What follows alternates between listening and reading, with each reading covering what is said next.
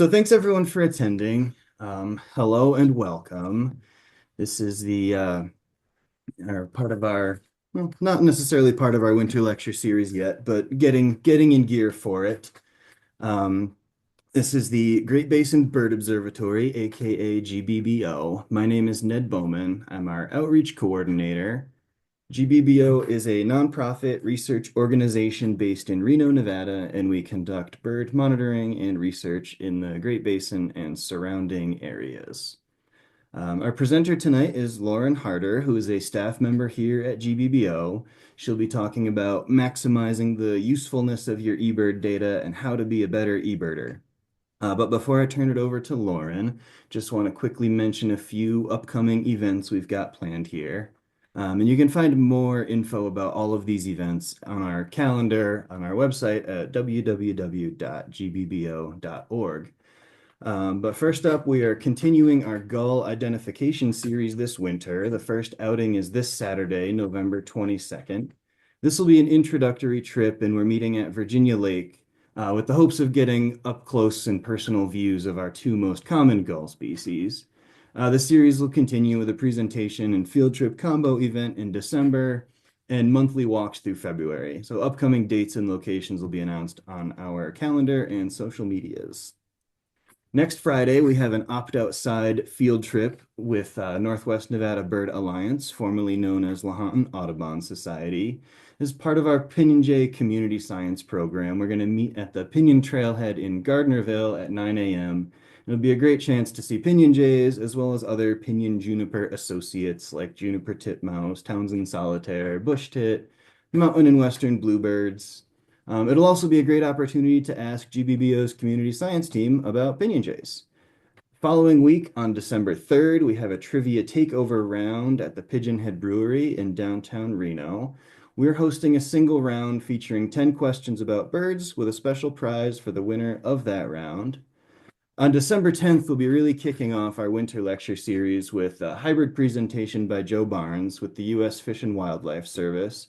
Joe's going to be talking about his 20 plus years of peregrine falcon research throughout the state of Nevada. This will be at the Sparks Library on 12th Street at 6 p.m. or on Zoom.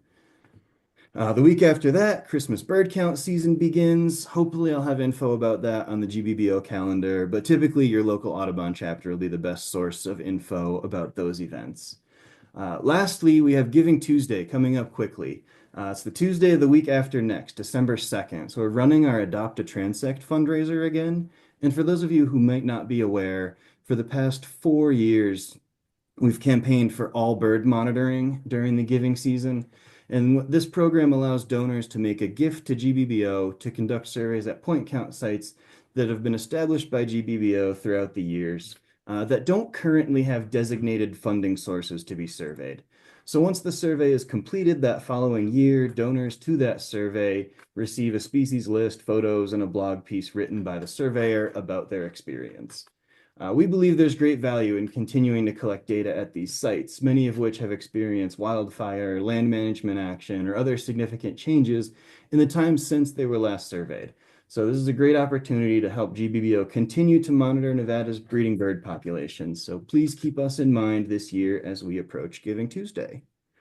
With that, I'd like to turn it over to Lauren Harter. Lauren's been staff at GBBO since 2013, with most of her work focused on the Lower Colorado River and Mojave Desert ecoregions. You may recognize her as one of the faces of our Desert Thrasher program. She and Dawn Fletcher coordinate all of GBBO's LeConte and Bendire's Thrasher work. She's also an eBird reviewer and records committee member, has some great perspective for you all on eBird data. She's probably the best eBirder I know. The notion of starting a separate checklist for the way back was a foreign concept to me until I met Lauren. So can look forward to learning all kinds of fun stuff from her. So without further ado, I will stop talking and let Lauren take it over. Thanks, Ned. I definitely can't say I always start or even usually start another checklist on the way back, but that is something that I will talk about.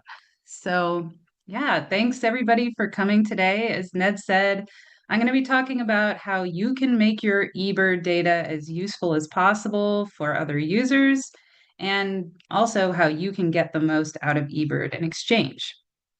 And I want to kind of expand a little bit on what Ned was saying about my experience with eBird, because the way you approach kind of different angles of data collection and what is useful kind of depends on your biases. So I am a reviewer, so best practices and documentation are really important to me from that perspective. I'm also a biologist and I use eBird data um, for some modeling and things like that. So I have experience with downloading the data and filtering out records based on different criteria. So that's kind of a different perspective. And then the third is that I'm an active birder and eBirder. I like using the eBird data to inform my birding outings, and that can sometimes bring a different angle to the decisions I might make while I'm making an eBird checklist. So I'm going to talk about all of that this evening. So just a brief overview. I'm going to talk about resources that I think everybody should be aware of that eBird has available. I'm going to talk about building the best checklist you can, effort data, and kind of filling in some of the data fields. And then good documentation, what reviewers are looking for when you have a flagged sighting. I want to talk a little bit about Merlin, even though it is a separate app. It does tie into eBird quite a bit and is really popular. So I want to talk about some Merlin best practices too and how that can tie into eBird. And along those lines, adding media and making your media as useful as possible, and then going in and using the media library, the Macaulay library that Cornell provides and that you feed into with eBird. And then more kind of playing with the data, the explore page, some of my favorite ways to go through eBird data for my own birding and learning and so on. So you can see on this slide, I have some URLs. So in case anybody's out there scribbling madly, this recording, this webinar is being recorded and it will be available on YouTube. So if you need to go back and look at any of these slides, you'll be able to do that. Um, and I'll also talk about how to get to some of these, how to navigate on eBird to some of these pages as well. So to start with, the eBird Help Center is great. It's a tab right there on the eBird website, Help. And when you click there, it's got different topics broken down by subject. The search function works really well. And, eBird is complex. There's a lot going on there. There's a lot of different tools and different aspects to data collection. So they have a lot of really good articles that they've built up over the years. So definitely avail yourself of that. And then to expand on that, there's the eBird Essentials course, which is in the Cornell Bird Academy set. But this one is a free course that anyone can take. And I really recommend, if you haven't taken it, to go through, because it basically goes through a lot of the stuff I'm going to talk about this evening, but in a lot more detail. And there's no way I can go over all of the stuff that eBird has to offer in one presentation. And this you can access from the Explore tab on the eBird page, the eBird website. If you scroll down to the bottom, there's a link to the eBird Essentials course. So starting out with how to build the best checklist. I'm going to talk about recording your tracks using the eBird app and why that's important. I'm going to talk about what to consider when you're choosing a location to plot your checklist. How many checklists to make? Should you make a new checklist for your way back? Should you start a new checklist while you're out birding? Some things to think about there. And then also adding notes and details to your checklist, just beyond things being flagged, just overall notes for your excursion and interesting things that species are doing. So you're probably all familiar with this screen. This is what you see when you open the eBird app. And I'm going to draw your attention right here to the record track. So this is turned on by default, and I definitely recommend keeping it on most of the time. I'll turn it off if I'm just doing an incidental list, especially if I'm in a car and I don't want it recording a track while I'm going down the highway. But definitely while you're out birding, it's a good idea to keep that going. And I'll show a couple reasons why. So this is a recent checklist of mine. I do live in Louisiana. So if y'all see like a lot of stuff from Louisiana and that seems a little weird, that's why. But I did try to put a lot of Nevada stuff in here too. So this is my view of this checklist, and you can see there's this nice map here that shows this blue line of where I traveled while I was birding. And I did a loop around, I did a couple out and backs. So if I was trying to figure out exactly how much distance I covered in that without including those backtracks, it'd get a little complicated. So this is a fairly new feature that eBird will calculate that for you using that track. So I really like that feature.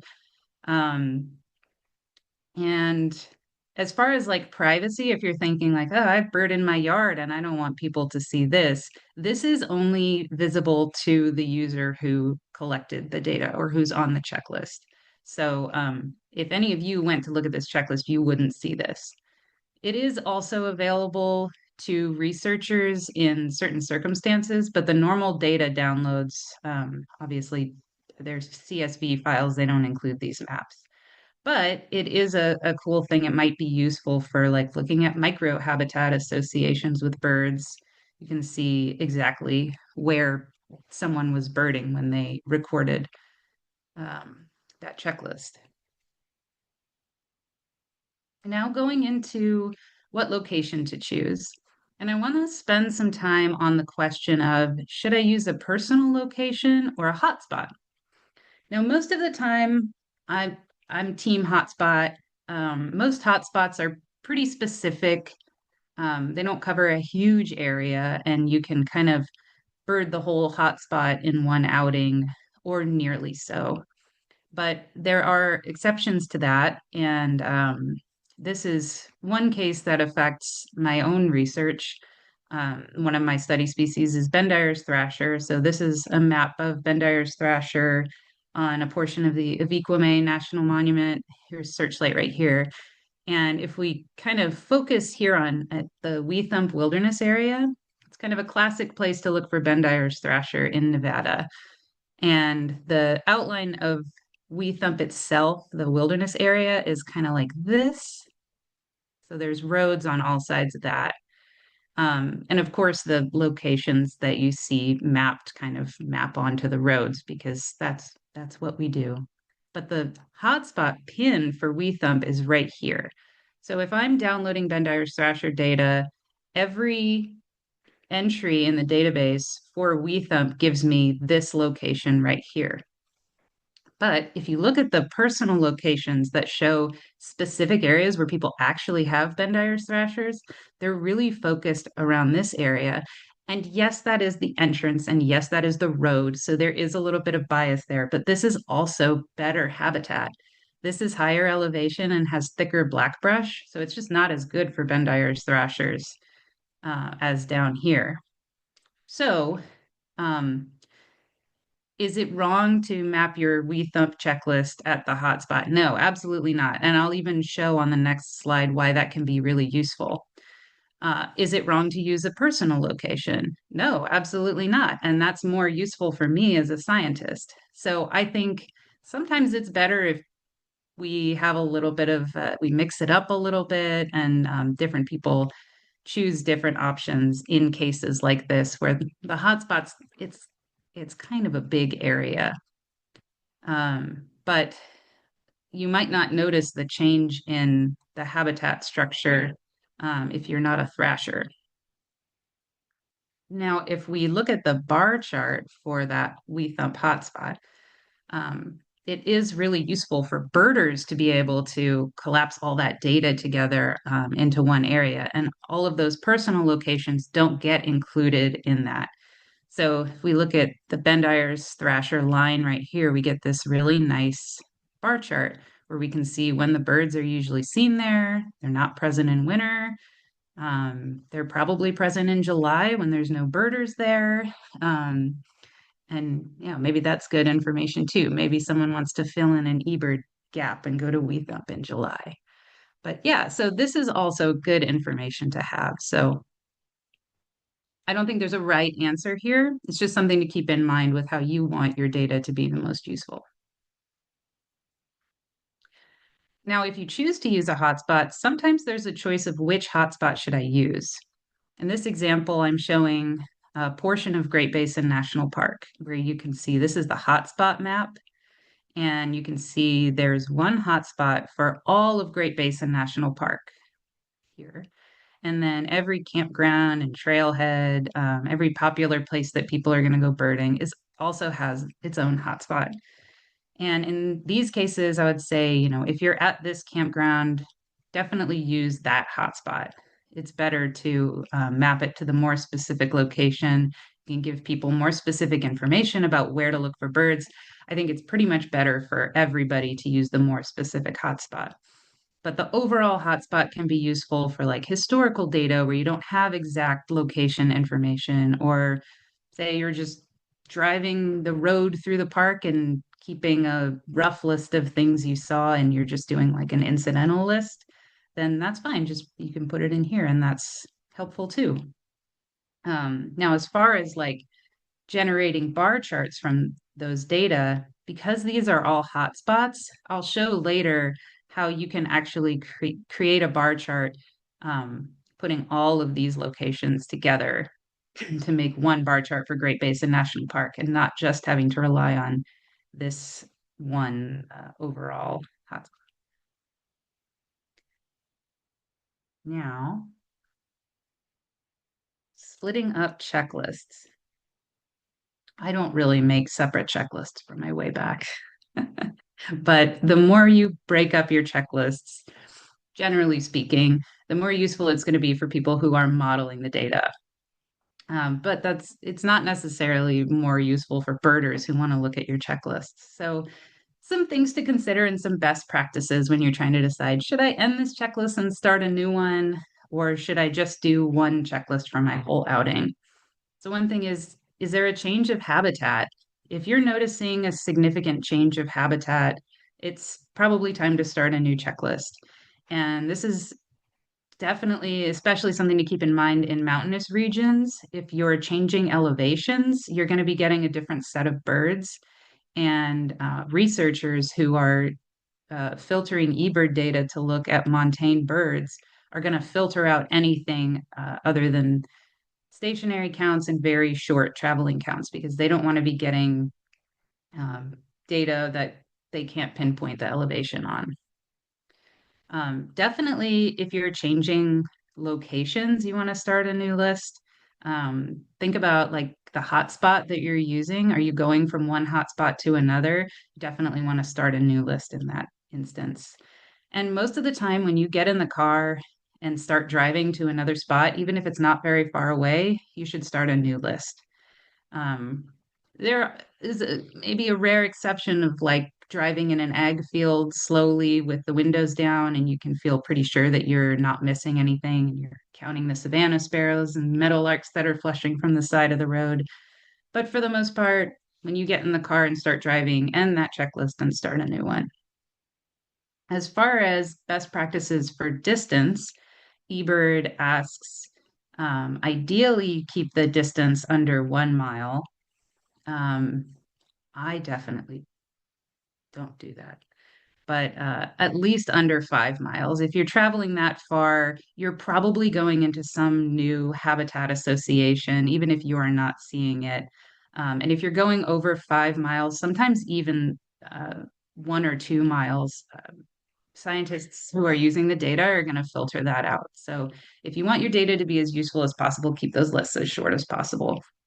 And the same goes for stationary counts because a lot of eBird modeling is based on occupancy modeling and detectability as well, where researchers need to have a pretty short time span to be able to do that modeling. So keep it under 1 hour ideally for a stationary count, but at most 3 hours to be useful for those modeling efforts.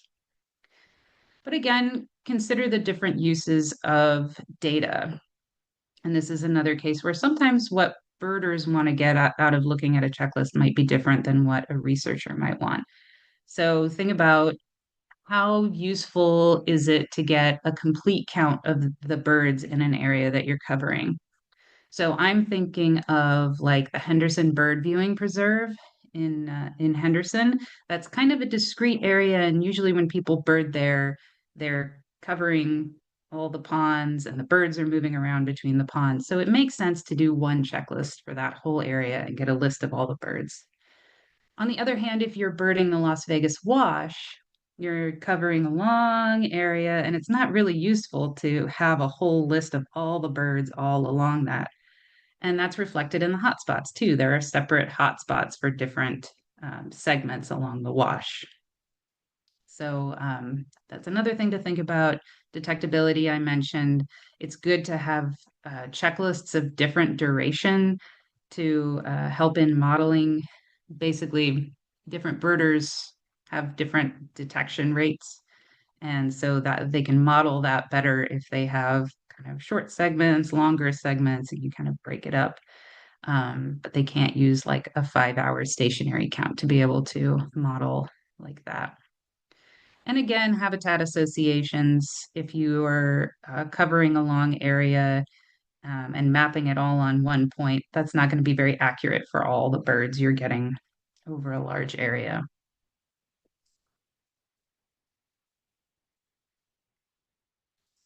I kind of have recently come around more to enjoying checklist comments. One thing it kind of bums me out when I look at old checklists and I haven't written anything. I haven't written who I was with or any details of the event, anything to remember it by. So I think it's nice just for you to have that information, but it can also add valuable context that could be useful for somebody looking at that checklist in the future, or even birders who want to go out there and check out the place that you were at. And then also adding species comments. If you observe anything even a little bit interesting, you never know what's going to be useful for somebody going into eBird.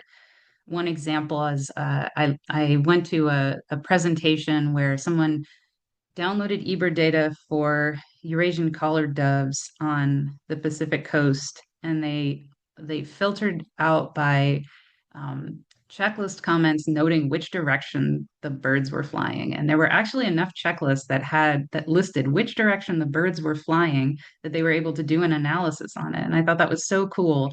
So I try whenever I see birds that are like steadily headed in one direction to note that in the checklist comments. And that's just one example.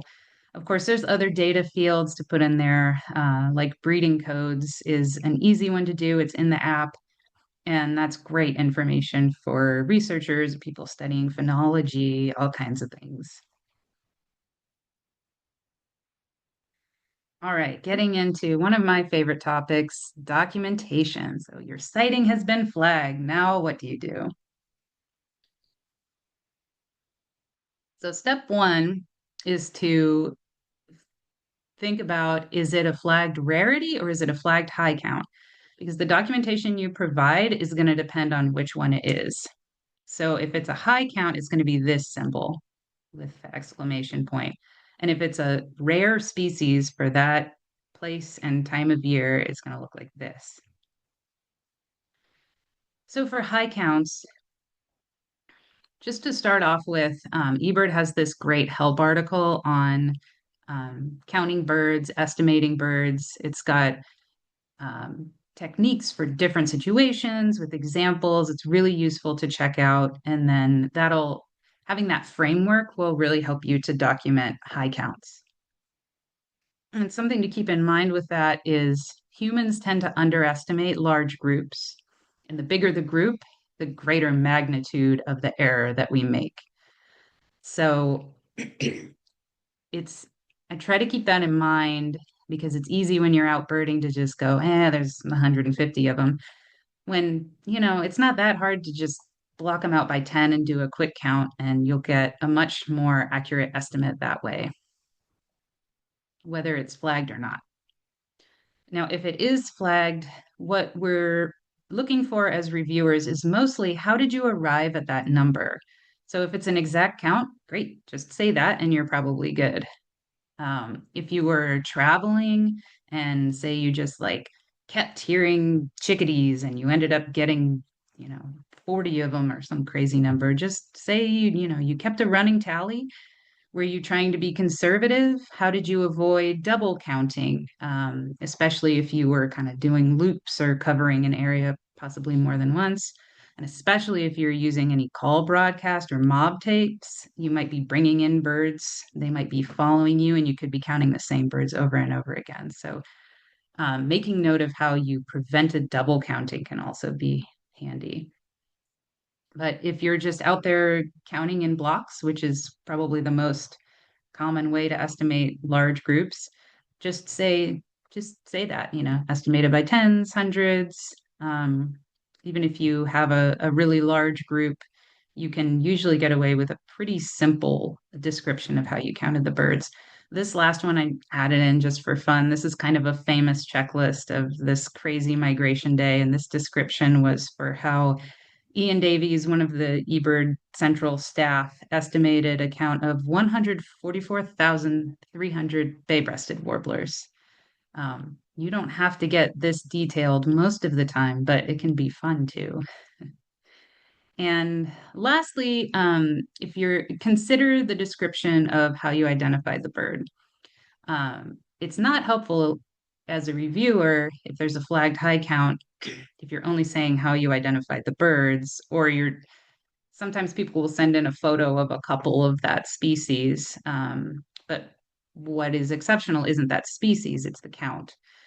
So um, make sure you're noting the count for sure. But then also consider, is there like a more common species that I should also kind of take into account here? So, like, say you have a high flagged high count of cackling geese in a place where Canada goose is the more common species. So you might want to also just note how you estimated the cackling geese and also separated them from the Canada geese while you were at it. Now, moving on to rarities. The first thing I want to say is photos are great, but they're not required. Sometimes I see flagged things show up in my review queue where all the person says is, sorry, I couldn't get a photo, which is such a shame because you're missing out on the opportunity to document the cool bird that you found, and you don't need a photo. I don't bird with a camera most of the time, and it can be fun to work on. It's like a muscle you have to exercise of writing a bird description. And sometimes it can be super simple. If it's a bird that's easy to identify, it's probably a bird that's easy to describe. So just start with how you identified the bird. What are the size, shape, colors, patterns? What sounds did it make? Any of those things that are salient to the ID that you noted in the field, record that. And also keep in mind you should eliminate similar species. Um, and that's a really important part too. To go into more depth on that, there's another eBird help article linked here on how to document your sightings, and it's elements of a bird description. So it's all kind of the different things you might put in a description when you have a flagged rarity, ranked by how useful they are. Um, so check that out, and also include mention of counts if it's relevant. If you had a flock of five of a flagged sanderling or whatever, um, it can be a little bit confusing as a reviewer. Like, okay, you put in a good description of the bird, but did you mean to put 17? So also the same thing applies if you have a flock to put how you estimated the number. And this is last bit is really important. Don't wait to hear from a reviewer. If it's flagged, it's going to go in someone's review queue. So it's best for everyone and it's best for the data if you start with as good of a description as you can do. Best to write it up in the field or at least right afterwards when your memory is fresh. If there's no documentation from the field and a reviewer asks a follow up, sends a follow up email for more information, it's always kind of a little bit questionable. Like, well, now you're sending in a description, but is that really based on what you're remembering, or is it based on what you looked up in a field guide when I sent this email? So, always better to send it as soon as possible. And if more is needed, a reviewer can always follow up, and that's totally cool.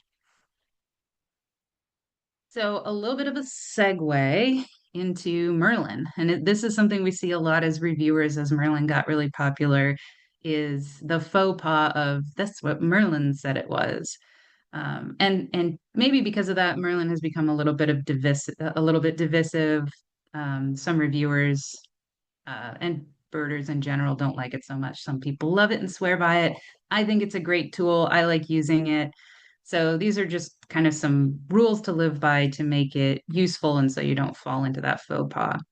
The first and most important thing is always have your location set. If you don't have your location set, if Merlin doesn't have access to that, it can't do it can't identify things for you because location is critical to identifying birds, as we all know. If you don't want to give it blanket access to where you are, if privacy is a concern, you can take your recording or put in your photo and then add the location for that specific recording or photo, and then it'll process with that. And there's more information about all of this, of course, in some great eBird help articles if you want to see exactly how to do that.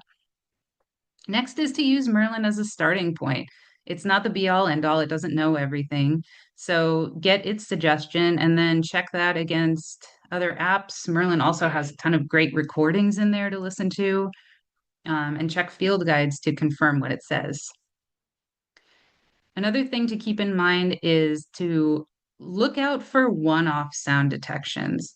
So you want to watch it while you're running the recording, it'll highlight what it's hearing as it's hearing it. So you can say, oh, that sound is the such and such. Um, so if it only picks it up once, that might not have been a real detection. So a couple examples of this. One, I had an empid I was using it on, and the first time the empid called, it called it a least flycatcher.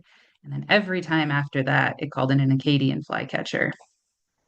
So, it was an Acadian flycatcher, but both then showed up on my list. So you want to just be cognizant of what it's calling. And just because it shows up there once doesn't mean that's real. Um, Next, if you do have a flagged rarity that Merlin picked up, that's great because now I'm talking about sound recordings specifically. Merlin saves your sound recordings. So I'll show how you can go in and put that right into eBird. So here's my Merlin splash page. I'm going to come back to this Wilson's warbler later, but this button right here, My Sound Recordings, will take you to all of the saved sound recordings you have in Merlin. And you can open up whichever one has the bird of interest. And go right here.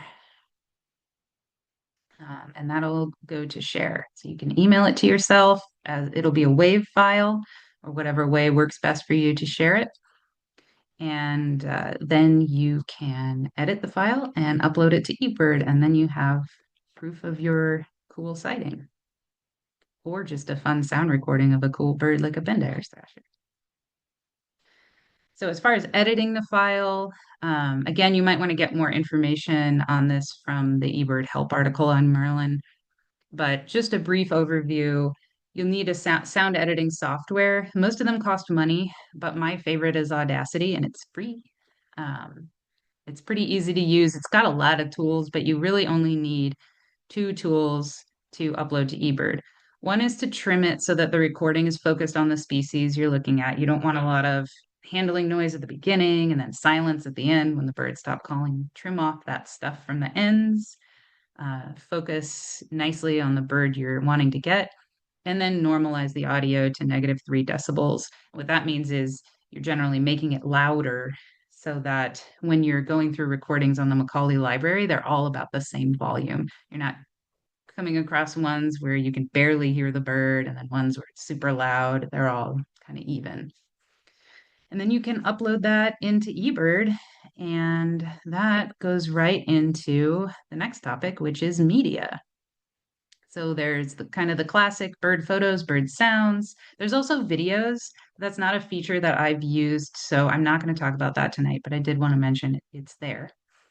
And then there's a few really new photo categories or media categories too that I want to mention. There's the habitat photos, which I'm going to talk about quite a bit. And then there's some other options. You can put in soundscape recordings, experience photos, and other animals. So starting with bird photos, obviously, this is a great way to document your sightings. It's a great way to keep track of your photos, but it's also great data to put out there for scientists and for other birders, which I'm going to go into later in the presentation. But this is where it all starts. You put the drag your photo into the checklist, and then you click on it and you can annotate it with all this cool stuff. So you can put were there other species present, how many, what age and sex they were. Rating the photo is really important. I know a lot of people who don't like rating their own photos.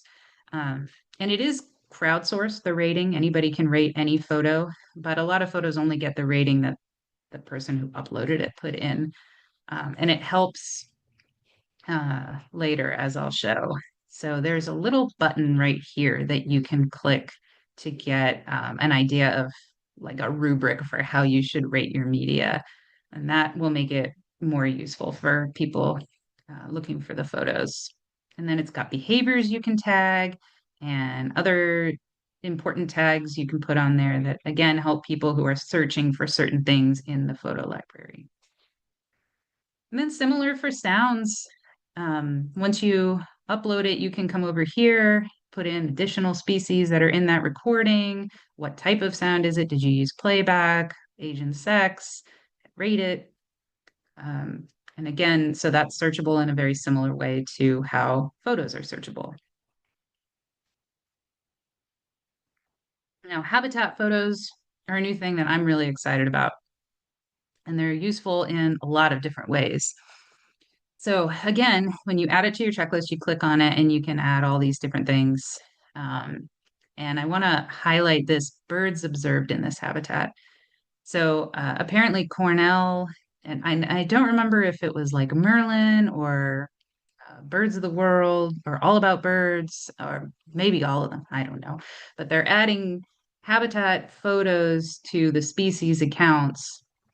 And they're going to be using these to kind of show habitat photos for different species. So you can show them in different parts of the world, at different times of year. Birds use different habitats. So this is really important to put in, and it's also useful for other eBirders, as I'll show. But one kind of fun thing that the habitat photos are useful for is if I go to this hotspot page where I put this photo, the photos of the habitat show up here. So people checking out that hotspot can see what the habitat looks like. Now, I'm not super sure. I mean, I don't work for eBird. I'm not really sure how the experience and soundscapes and other animals are used for research as much. I know that other animals, the Macaulay Library has never been only birds. So the other animals are great to put in there. But I am an INAT girl myself. But it is nice to build out your own checklist, like I said, to like fill out like the whole experience of the thing. And so other animals can be a cool part of that. And I like the experience photos just to help me remember. I've got this photo from a recent boat trip. I will mention that if it has people's faces in it, it won't be it won't be viewable to the public. for privacy. So like that photo is just for me, but I still like having it there. So now, putting all that great media library to use for you, how can you make the most of it? So go to the Explore page on the eBird website and go here to Photos and Sounds. And this is what you see. You can look at, bird photos, other animal photos, habitats and soundscapes. You can see, do you want to look at photos, sounds, videos? There's lots of different filters you can show. And one thing I want to highlight is over here, my media. So I basically use eBird to organize my bird photos, and this is how you can get to it. So you're only viewing your own media.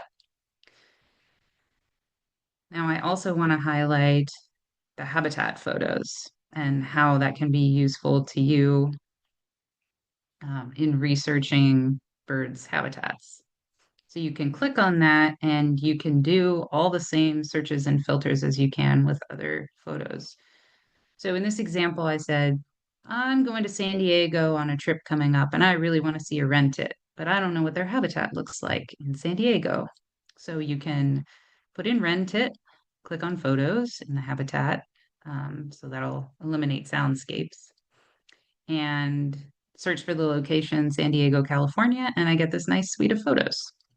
And I will say this is a new feature, and I don't think it's caught on a lot yet. Hopefully, it will, and more people will tag birds in their habitat photos.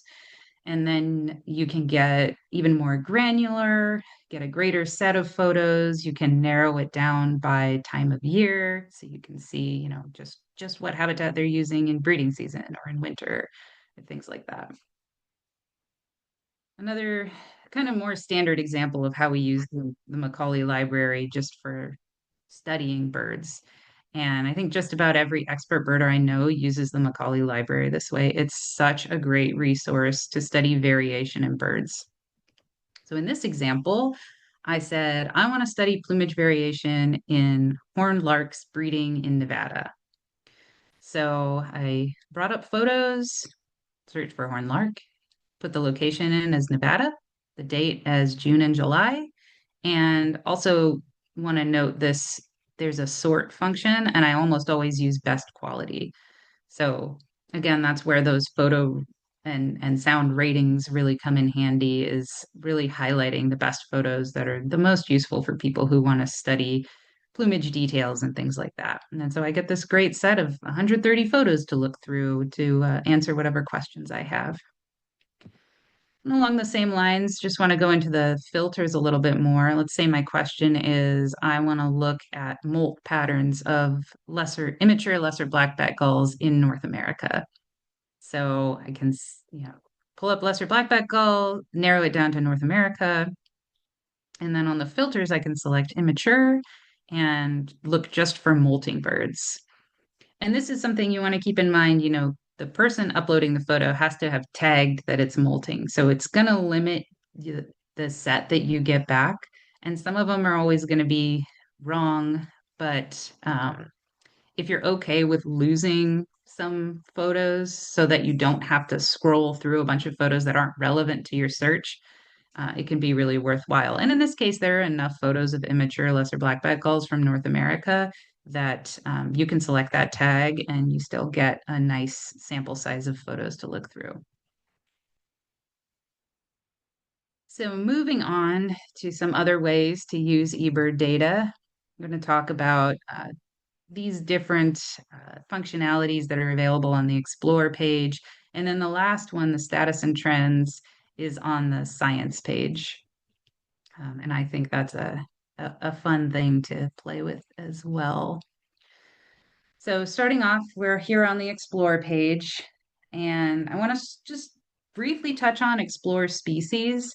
I don't need to go into detail about it. I don't think there's any like tips or tricks with it or anything, but it is a handy thing if you want to look into a particular species. It's got like a curated set of photos and sounds, and then you can access more photos and sounds. It's got a link to the species map and some information for each species, for every species that is in, well, for every species in the world. So that's a handy tool. Next, I want to touch on the Explore Regions filter or feature. So here I've brought up Nye County, and it shows the overall stats, my stats, and this is focused on this month of eBirding in Nye County. So the community targets is kind of a fun thing if you're interested in targeting your birding to what would fill eBird gaps. This shows species that haven't yet been reported for that region this month, but that should be out there. So you could say, oh, I know where snow geese hang out in Nye County. Maybe I'll go out there and see what's going on this weekend. Um, and then there's lots of useful tools over here on the left. You can pull up different lists. Um, the hotspots are linked here, and also this map brings up the hotspot map for that region.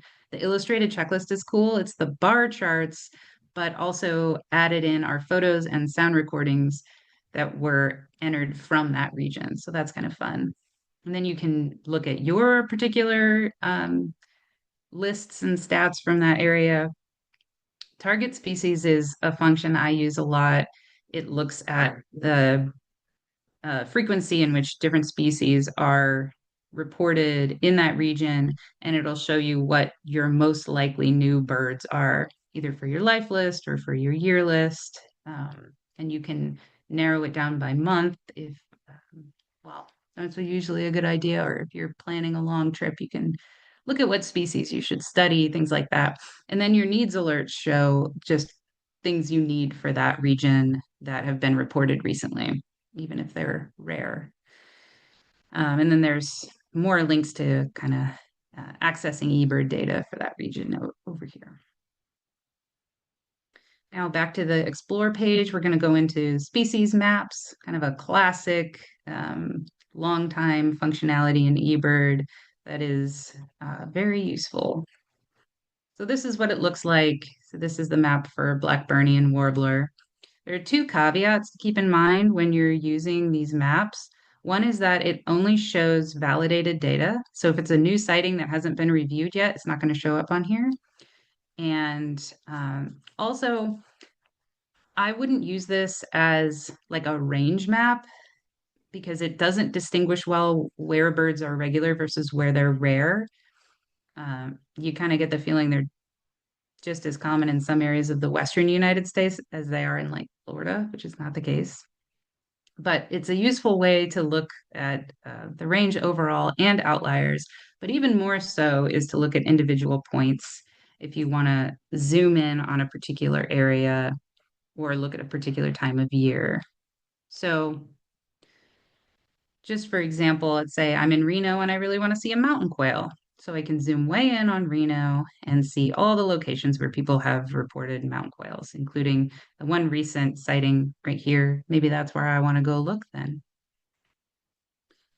And another similar example, going back to that Wilson's warbler on my Merlin bird of the day I showed earlier. That's kind of a fun little game that I like to play. So that day I had some time in the morning, and okay, Wilson's warblers are actually kind of uncommon here, I should say that. So I thought, well, maybe I'll go look for a Wilson's warbler today. So I pulled up the Wilson's warbler map for November of this year just to see the current sightings. And if you click on one of these pins, like right here, it brings up all the sightings from that spot. So I can click on this link and it'll bring me to the hotspot page for bluebonnet, or I can click on any of these dates and it'll open up that specific checklist where I might be able to get more information about the sighting. And that might be especially useful if you're looking at a rarity. So for example, California just got its first Chihuahuan meadowlark. So I zoomed in, they already have a hotspot, and I can see exactly where the bird was and all of the validated sightings there. And these little icons show what kind of media is on the list, or if it's written descriptions, it's got these notes here. So if I want to see photos of the bird, I could open up all the checklists that have the little photo icon, for example. So probably my favorite use for the maps is pulling up um, very specific areas or very specific sightings that I want more information on. One more use of it is the Explore Rich Media option. So that's a little checkbox over here, and that will only show points that have video, photo, or audio added to the checklist. So most of the time, if I wanted to do this, I would use the Macaulay Library search and just put in the location there. But in this case, say I wanted to look at plumage variation of great tits in the far eastern portion of their range. There's points in Russia, there's points in China, so it's going to be kind of cumbersome to search the Macaulay Library, but I can look over that broader geographic area by pulling up the map on here, and then I can open up each of those checklists and check out a suite of photos that way. Now, going back, I want to talk a little bit about bar charts. They're also straightforward. I would just keep in mind they're really powerful. You can actually pull up bar charts for lots of different things, including personal locations. I like pulling up a bar chart for my yard every now and then just for fun. You can do, all of Nevada, you can do counties or specific hotspots, IBAs. And I wanted to show if we go to hotspots in Nevada and click continue, we'll see this page where we can check as many hotspots as we want to make one bar chart. So this is a great way to combine those hotspot data into one bar chart, as I mentioned you could do earlier. So if I check all these boxes and make a bar chart, it'll give me just one nice clean frequency data set for all of Ash Meadows National Wildlife Refuge. Now, one last thing on the Explore page is the Explore Hotspots button. So this is the map you see when you open that, kind of a cool color-coded thing where you can see basically, the red areas have the highest species count. And if you know the name of your hotspot, you can search for it here. You can zoom in on a location using that tool. It works pretty much the same way as the species maps. Let's say we're going to South Lake Tahoe and we have a little bit of time and want to go birding, want to plan a trip using the hotspot map. So here's what that looks like. And again, these points are color coded. So at a glance, I can see the locations that have the most species recorded are these three hotspots right here. And if I click on one of those points, it brings up an overview. And then if I click on the hotspot, it takes me to that hotspot page. Again, some cool habitat photos, some stats, my stats, a lot of those same options on this bar that we talked about, or the region, Explorer region options are here. And yeah, it shows what's going on this month. If you scroll down, it's got recent photos and recent checklists, what's been going on there. So just a cool way to study um, when you're planning a trip. Now, one last thing, we're going to hop on over to the science uh, tab. And if you ever have just some free time and you're curious about what scientists are doing with your eBird data, I really recommend going and checking that out. There's some really cool stuff in there and like fun tools to play with and explore. But this one I just wanted to highlight is the status and trends. And there's lots of species all over the world that are included in status and trends. Not all of them, they have to have enough eBird data to be able to model, but lots of species. So this is what I would use if you want to make a range map from eBird. So this is the abundance map for Phainopepla. So the darker colors show where they're more common, lighter colors show where they're less common. And because it's a predictive model, it includes areas that don't actually have any eBird checklists based on different environmental factors. And of course, it's not perfect, it's a predictive model, but the more data, the more robust it is. And one thing I think is really cool about this map is eBird can be good at sniffing out patterns that might not be obvious to everyone and might not be shown in traditional field guides. You can see a lot of like the northern parts of the range, they're only present in summer, and there's a couple areas where they're only present in winter. So that's kind of interesting. And these are fun to look at and play with, and there's lots of other stuff you can do on here too. I like that they're color coded by season, and I think it a lot of them are really solid. Venn Thrasher is really solid. If you ever want to check that out. All right, with that, I will wrap up. Say thank you all for coming. And remember to look for this presentation on YouTube if you want to revisit any of it, or if you really want to get into it, do that eBird Essentials course. And I think we have some time for questions. If anybody wants to drop that in the chat. Oh, it's in the Q&A. Cool. Thanks, Lauren. That was great. We have a question from Jack Corrigan about what is the purpose of an incidental list and why would I use it and not just create a quote regular list? Yeah, that's a great question. It's always better to do a quote regular list. If you so I would do an incidental list like if I'm not really birding and I see a cool bird I just want on my personal lists because I do county lists and stuff like that. But if you have time to stop and do a 3-minute stationary count instead of just doing an incidental list, like absolutely do that. It's also useful for when you're spending time outside and you want to record what birds you're seeing, but you're not really birding. So, like the example that eBird classically uses is you're gardening. You're paying attention to that and not actively looking for birds, but you're still detecting them around you and want to keep track of them. So, yeah, it's handy for things like that when you're not really birding.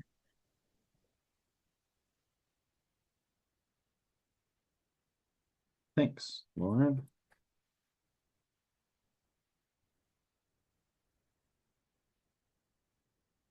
Any other questions?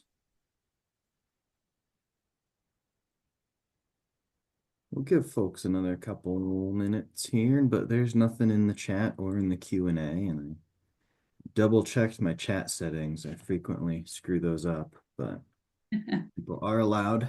There is the I ability. covered everything. That's all of eBird. Everyone that attended is now an expert.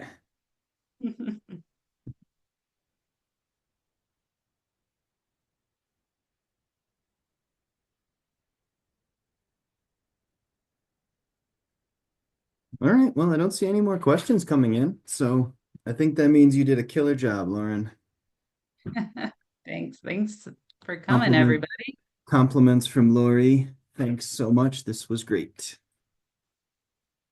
I love rambling about eBird, so it's my pleasure. All right. Well, if there's no more questions, then I guess we will go ahead and sign off for the night. Thanks, everyone. Have a great night. Thanks, Lauren.